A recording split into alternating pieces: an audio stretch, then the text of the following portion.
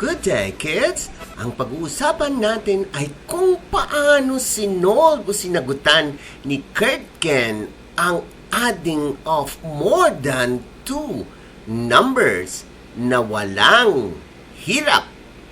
Tunghayan natin si Kert ng Leyte. Let's take an example. 9 plus 8 plus 9. We can start working from left to right.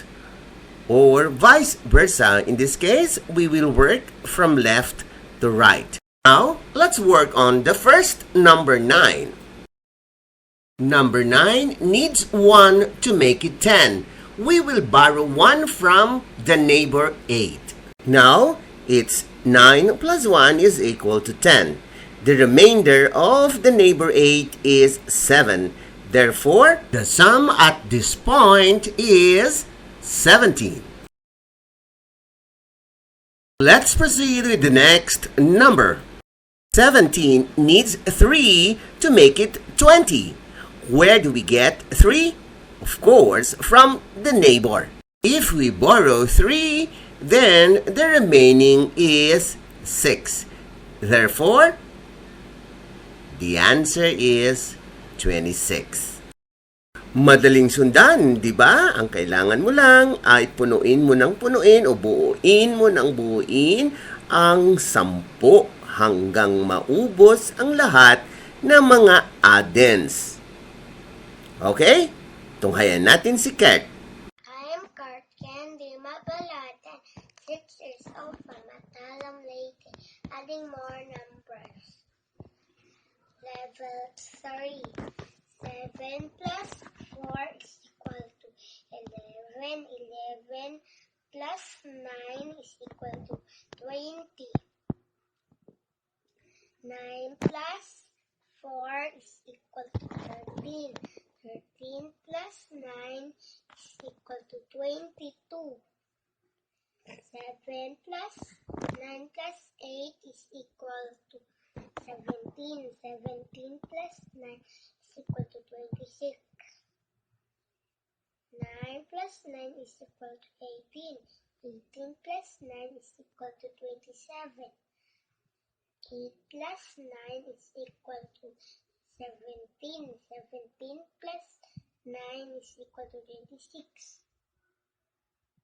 8 plus 9 is equal to 17. 17 plus 7 is equal to 24. 8 plus 9 is equal to 17. 17 plus 8 is equal to 25.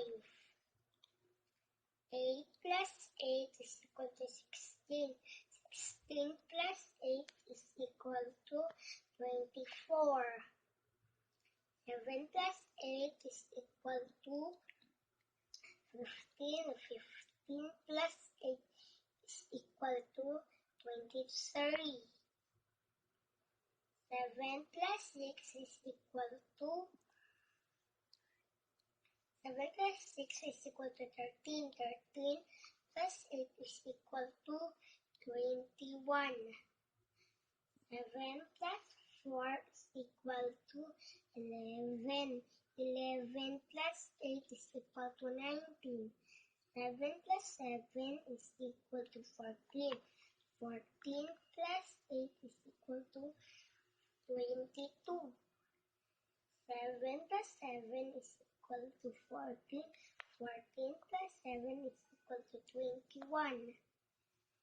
7 plus 8 is equal to 15.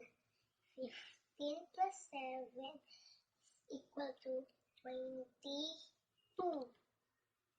7 plus 8 is equal to 15.